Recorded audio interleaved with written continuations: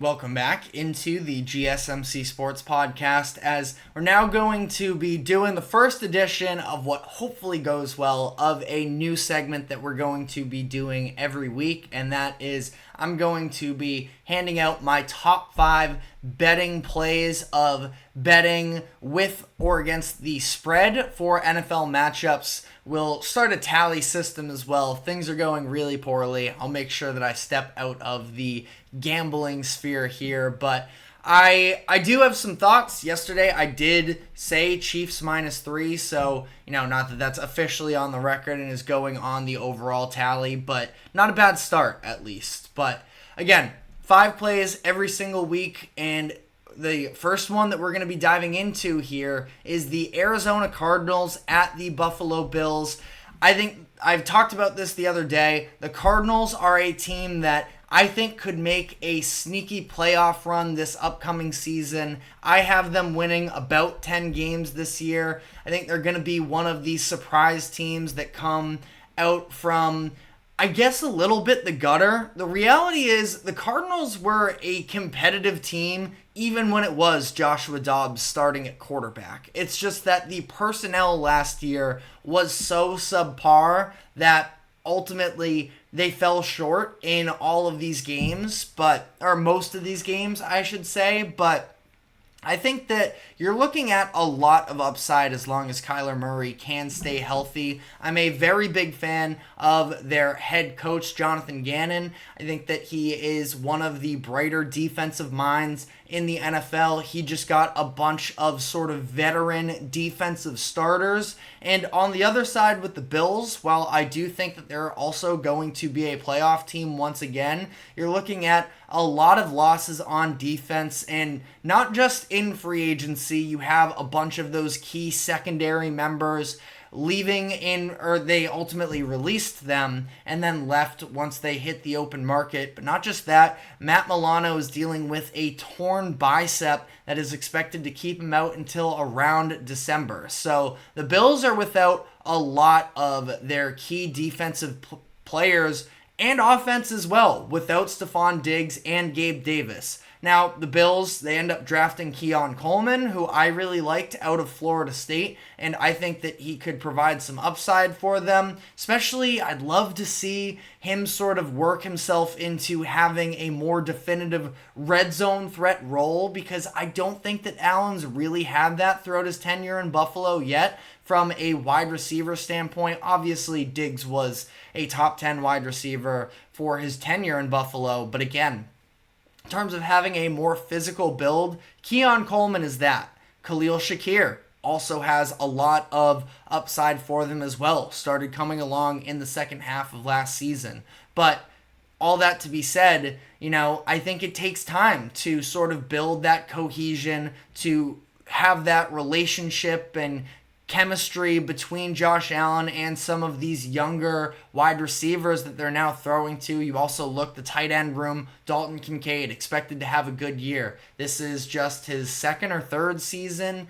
Dawson Knox as well, not a usual heavy usage tight end in years past. That I think 6.5 points is far too much for the Cardinals. They're going to keep this competitive in Buffalo, so there is that going for them, but ultimately I feel pretty good about the Cardinals covering a spread of just about a touchdown. Another 1 o'clock game, the Tennessee Titans versus the Chicago Bears. Don't love the spread here being 3.5 points, but that being said, I think the Bears are just significantly better than the Titans. Now, all of the things I just said about the cohesion of Josh Allen with his wide receivers, the same can be said to some degree with Caleb Williams and his receiving core, where you have a lot more veteran experience in DJ Moore and you have Keenan Allen, that it will take some time for that chemistry to develop. But that being said, I just feel like the Bears have built up a lot of momentum over the course of the past handful of months. Hard Knocks as well, maybe playing a slight factor into that, but I think the Bears are really good. And, even if it does take a little bit of time for their offense to really pull it together, I think their defense has a chance to be a surprise great group this upcoming season. And as much as I'm intrigued by the upside of Will Levis, I think that he's put out pretty good tape since he made his first start last season. Ultimately, I think that Bears minus 3.5 is the play here. Don't love that half point to be specific, but I think the Bears can comfortably win by a touchdown in this game. Next pick here, the Houston Texans versus the Indianapolis Colts. I believe this line has moved throughout the course of the game. I think that the Texans were initially favored by 3.5 points when I was skimming earlier in the week. The line's now at 3, which makes this game definitely harder to pick, but I think that the Colts have a great chance at home. Anthony Richardson, much anticipated, and I've talked about that I do have some slight reservations with Anthony Richardson in terms of him consistently getting it done through the air. And I think that ultimately he has all the tools and he will eventually be able to. But this idea that he could be a dark horse MVP candidate, I'm pumping the brakes on that a little bit. That being said, Richardson was excellent when he did play against the Texans last year. They have this game at home, and I think that the Colts can keep this one close. Again, 3 points is a little bit of a nerve-wracking line. The Texans are a very good team, and I definitely think that they're better than the Colts, but I feel like it's a younger team that I think almost with the Texans needs a little bit of a wake-up call just to sort of lock themselves back in moving forward. I don't feel excellent about this one, but I am going with the Colts +3. Then a couple later games here for the last game here. We have the Monday Night Football game between the New York Jets and the San Francisco 49ers. And in this game, I am leaning with the Niners -4.5. Now, I'm not super high on the Jets. I know other people are. I've had people in the comment section tell me that I am too low on the Jets. There's definitely probably some truth to that. I am, at the end of the day, a Patriots fan that has seen some incompetence for the Jets for a long time, that I'm not all the way there. It's not even about that. I think the Jets ultimately have a winning record this season, but the 49ers, I don't see the threat of a Super Bowl hangover the same way that other people do, really. I think that ultimately, this is still possibly the best roster in the NFL. Now, one thing that could potentially worry is the fact that they've had so much drama in the offseason that maybe they're not fully ready for this Week 1 matchup. It's not like the Jets have exactly had a clean slate either for themselves, that they've had their fair share of drama along the way.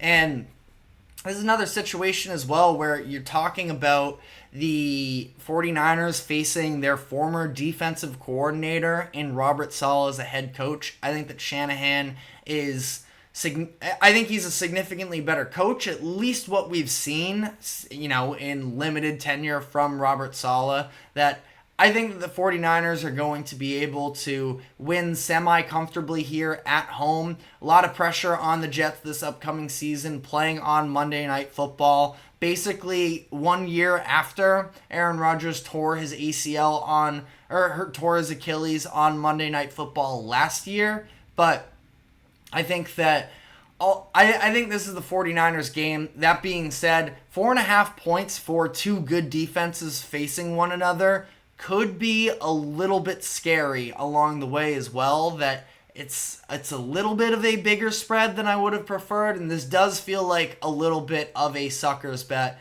but I am going to go with the 49ers in this one. We're missing the last graphic as well, but the final game and final pick that I have additionally is the Dallas Cowboys going to Cleveland for their Week 1 matchup. In Cleveland, I have the Browns winning -2.5. This is a game where I think that the Browns are easily going to be able to win the line of scrimmage, at least offense versus defense. And I think additionally, the Browns were the Browns defense versus the Cowboys offense is the way that I should put it. And I don't think anything's going to be easy for this Cowboys offense in Week 1. And then I additionally think as well that we're going to see a little bit of a new system in Dallas defensively. Dan Quinn out as the defensive coordinator. In comes Mike Zimmer, who I do think can be an upgrade over what Dan Quinn was last year. But you're also looking at Deron Bland dealing with an injury early on. That linebacking core for Dallas is still a little bit questionable. So 2.5 points for the Browns. I'm taking it. But let me know what your thoughts are in the comment section on any of these 5 games that we looked at or anything else that sort of catches your eye. I think that there are some very interesting lines out there, and we'd love to hear your thoughts on them as well. But we are now going to take our final break of the show, and when we come back on the other side, I want to dive into the breaking news that the Miami Dolphins have signed cornerback Jalen Ramsey to a record-breaking contract. So we will be touching on that, but first a quick break. Do not go anywhere. We will be right back.